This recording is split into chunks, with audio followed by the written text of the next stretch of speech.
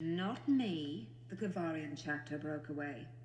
They travel back along your timeline and tried to prevent you ever reaching Trenzalore. So that's who blew up my TARDIS. I thought I'd left the bath running. They blew up your time capsule. You can't change history if you're part of it. They engineered a psychopath to kill you. Totally married her. I'd never have made it here alive without River's song. I'm not interested in changing history, Doctor. I want to change the future. The Daleks send for reinforcements daily. They are massing for war. They attacked here. How did you stop them? Stop them? Didn't. I died in this room screaming your name. Yeah. Oh. I died. No. Oh. Away from the Dalek unit, Doctor! Information concerning the Doctor was harvested from the cadaver of Tasha Lem. But she never told you how to break the Trenzalore force field, though. She'd have died first. Several times. Oh. Wow. You better kill me then. Go on, but before you do... Doctor Who. Doctor Who. Doctor Who. Oh dear. What happens then, boys? Oh, behind her. Behind. Silence, Doctor, or your associate will die. Fine, go on. Kill her. Kill her! See if I care. But tell me, what are you going to do next? You'll kill me anyway. What difference does it make? I'm not afraid. You see, Tasha, that's what I'm talking about. That is a woman. Oh, with you were a bit spineless. Never trust a nun to do a doctor's work. Oh. And she's back. Never could resist a row. Get us back to the TARDIS. Can you do that? Yeah. But quickly, the Dalek inside me is waking. Fight it. I can't. You have been fighting the psychopath inside you all your life. Shut up and win. That is an order, Tasha Lem. You got your TARDIS back, haven't you? Time to fly away. Thank you. None of this was for you, you fatuous egotist. It was for the peace.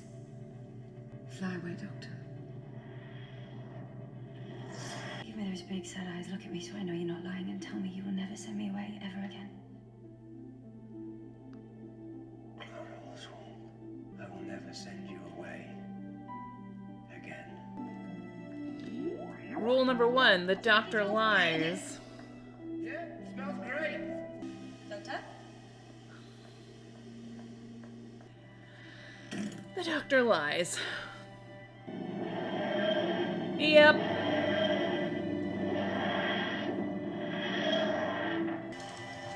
Oh, she's cold. No.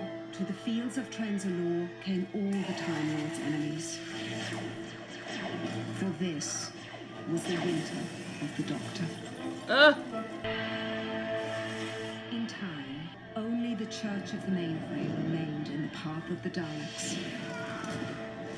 And so those ancient enemies, the Doctor and the Silence, stood back to back on the fields of Trenzalore.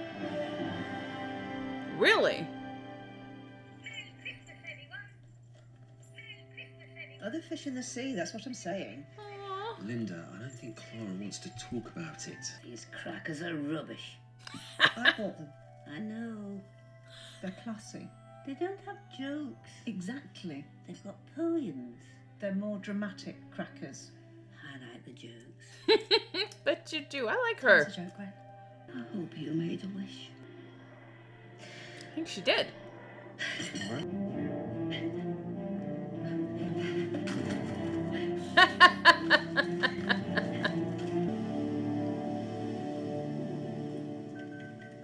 You can fly the TARDIS.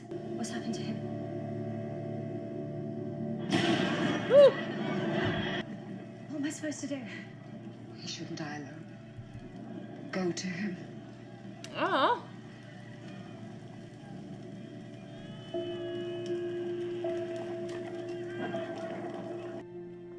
Oh, wow.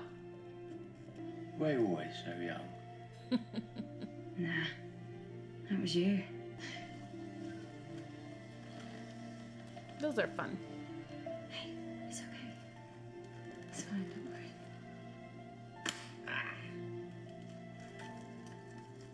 Is there a joke?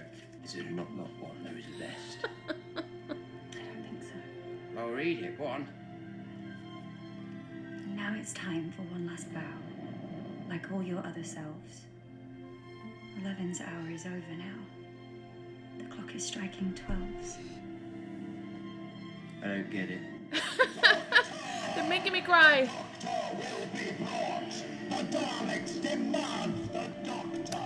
Daleks are pushy. Don't worry, I've got a plan. Off you pop. I haven't got a plan, but people love it when I say that. Doctor, what are you gonna do? I don't know. Talk very fast. Hope something good happens. Take the credit. It's generally how it works. What he does. I know. We saw the future, Clara. This is how it ends. Change it. Like Tasha said, change the future. You do another fake out. Listen to me, you lot. Listen. Help him change the future. Do it. Do something. You've been asking a question. And it's time someone told you you've been getting it wrong. His name is the Doctor. Or the name he needs. Everything you need to know about him. And if you love him, and you should, help him.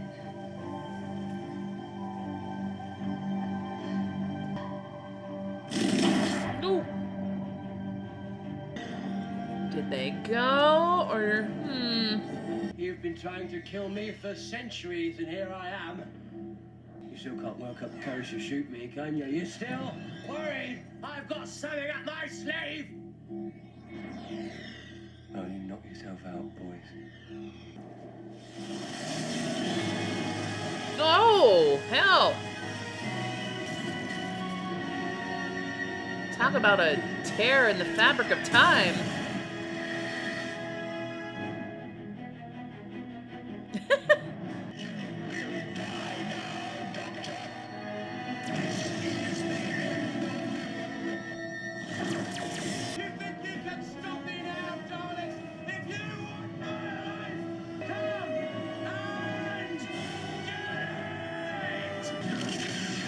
Woo!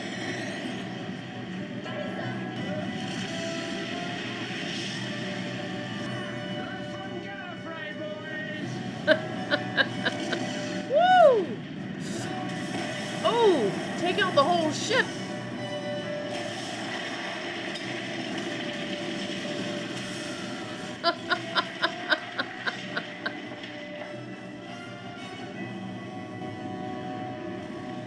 Woo!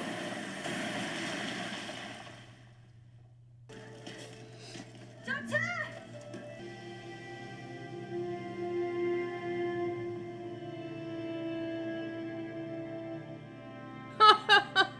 Ugh.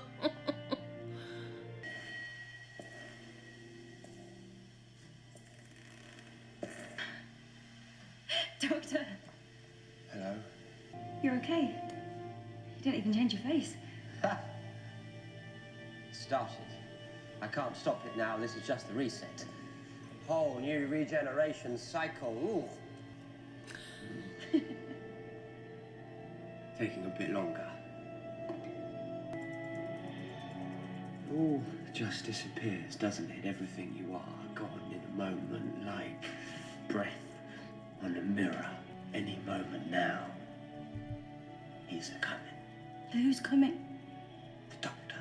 You are the Doctor. Yep. And I always will be. But times change, and so must I.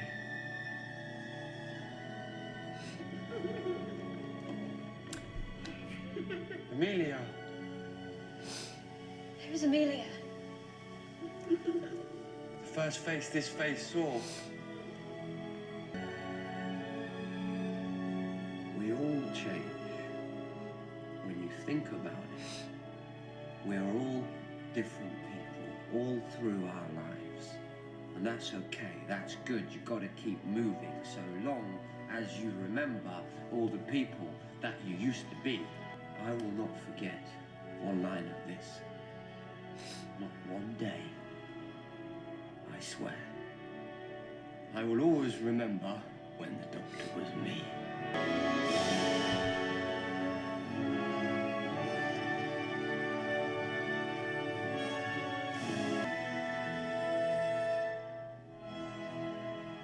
Raggedy Man.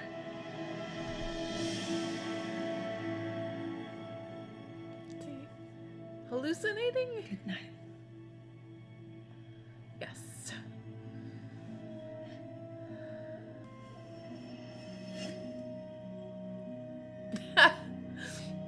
No more bow tie.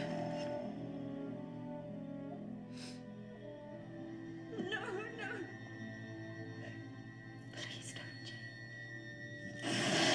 Woo. Oh my god, that was sudden.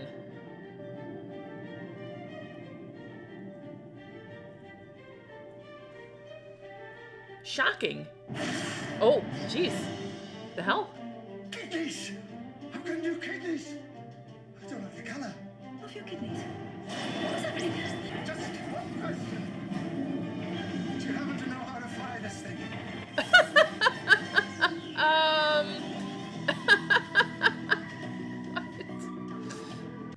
Oh, man.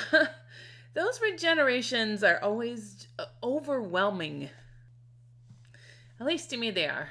This one was really sudden. I know he was saying how, oh, this one's taking a while, it's building, etc. But like once it happened, it was just like bam. So I was really startled by it. I know the doctor hates endings. For me, it's not so much endings, it's the saying goodbyes that I don't like. Saying goodbye is tough. Even when it's fictional, whether it's a book or a show or a movie, if it's goodbyes, I'm just like, like this. So I was particularly touched by, it probably wasn't the same actress because she probably has grown up a little, but the little Amelia Pond running around the TARDIS. I think I didn't process Karen Gillan walking back in. I absolutely understood the thing of Amelia Pond. Her little face was the first that this face had seen. So I absolutely understood that callback. I've always loved the Doctor and Amy's relationship.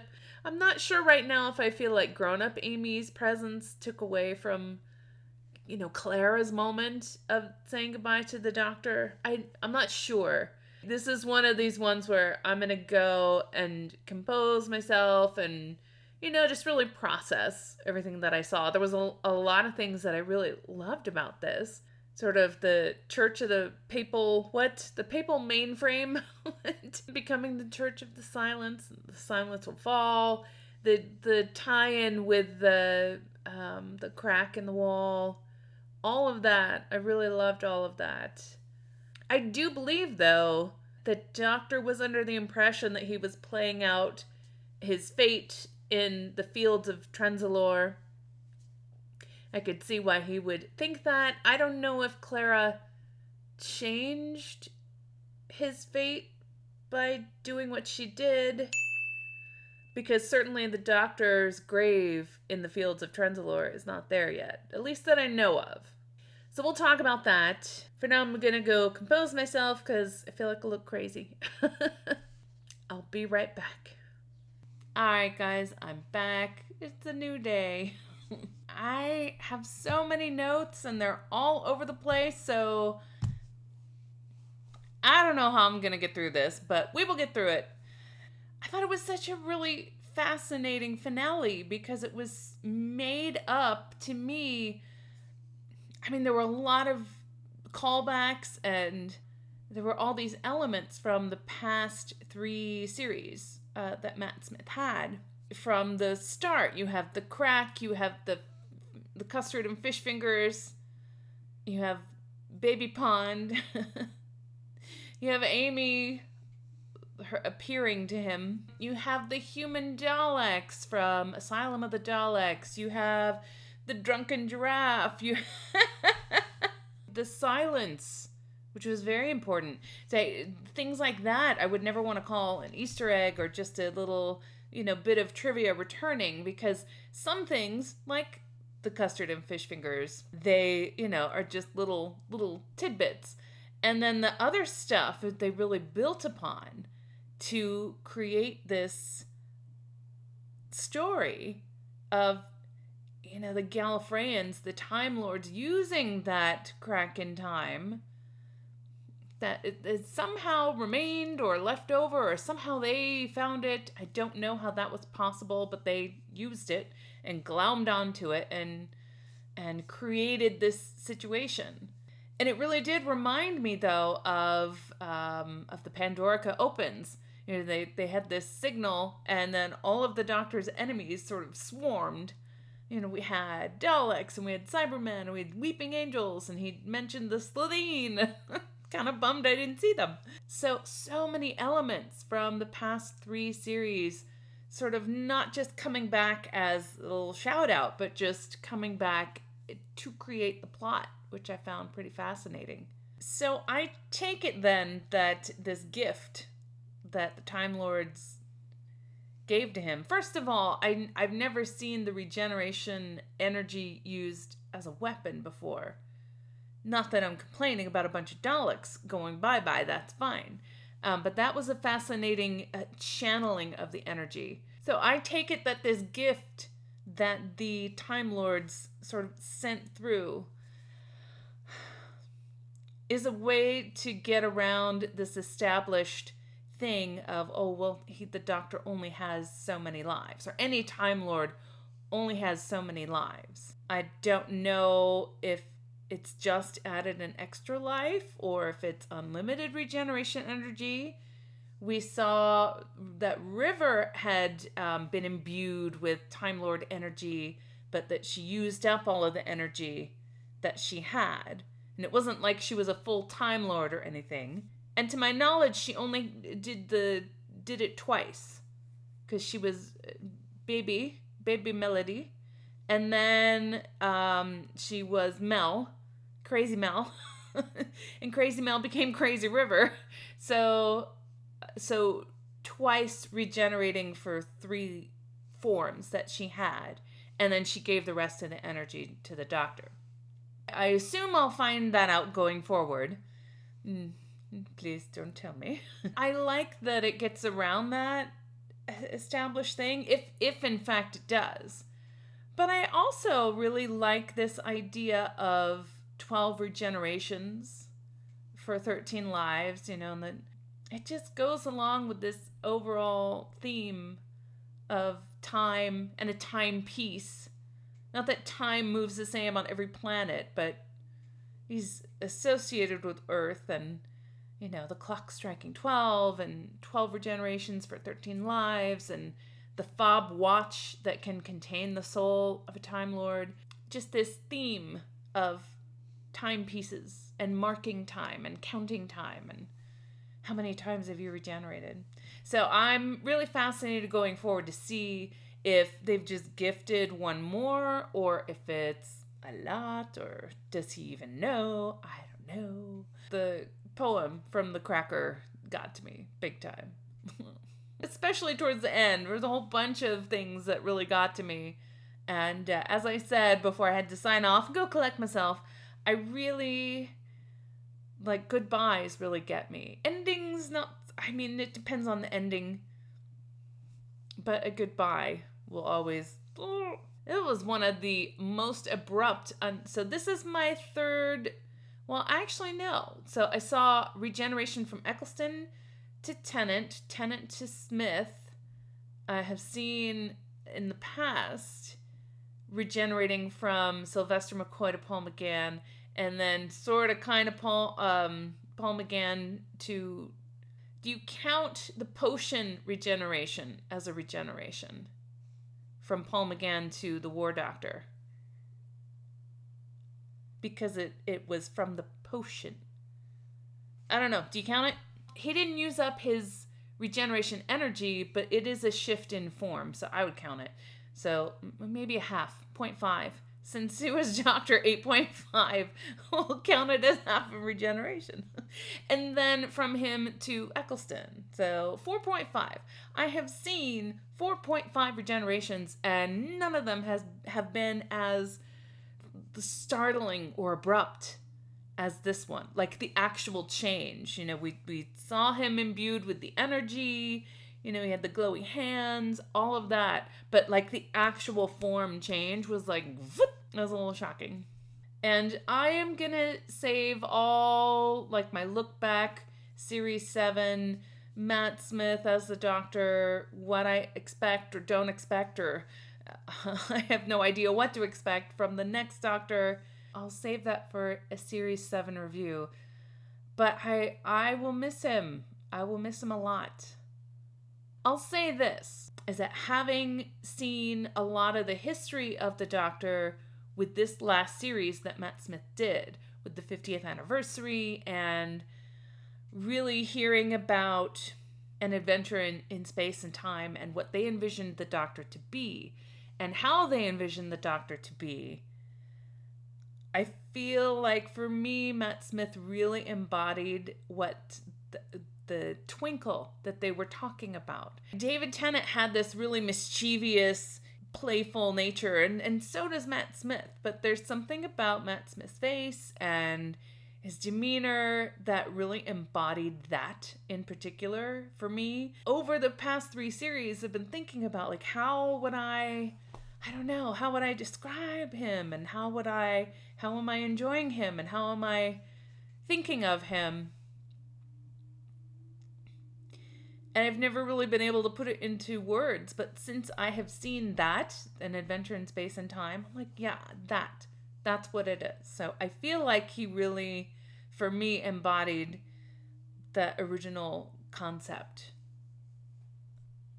Even though he's super young and not this, like, aging grandpa person, although he became that, interestingly enough, in this. So, and that has been on my mind since seeing An Adventure in Time, and just I had this, like, light bulb moment of that's the quality that I feel like he brings. There you go. Hopefully that tied you over. And getting back to the regeneration, I really thought before he regenerated, I already said that I loved that moment where they showed Amelia as a child, which I thought was so sweet and I really loved. When Amy, grown-up Amy, descended down the staircase, at first I thought it was going to be the echo of River, because River is sort of not there, but she's not there. I felt like it was going to be her. I'm still right now of 2 minds about the Amy appearance. Because she was so important to Matt Smith's time as the Doctor, and she was a very unique companion in that she was also family. So I do think on that front it was totally fitting to have her there. And then there's a part of me that's like, but does it take away anything from Clara? I don't know that it does, except that Clara couldn't see her, and it's not like he has his 2 latest companions, his 2 most significant companions. Well, and then there was no Rory. I would call him pretty significant, father-in-law. And then that made me think back to David Tennant's final specials and how they had this sort of extended curtain call, and he got to either see or interact with basically everybody, including Donna from afar, and via Wilf and her mom.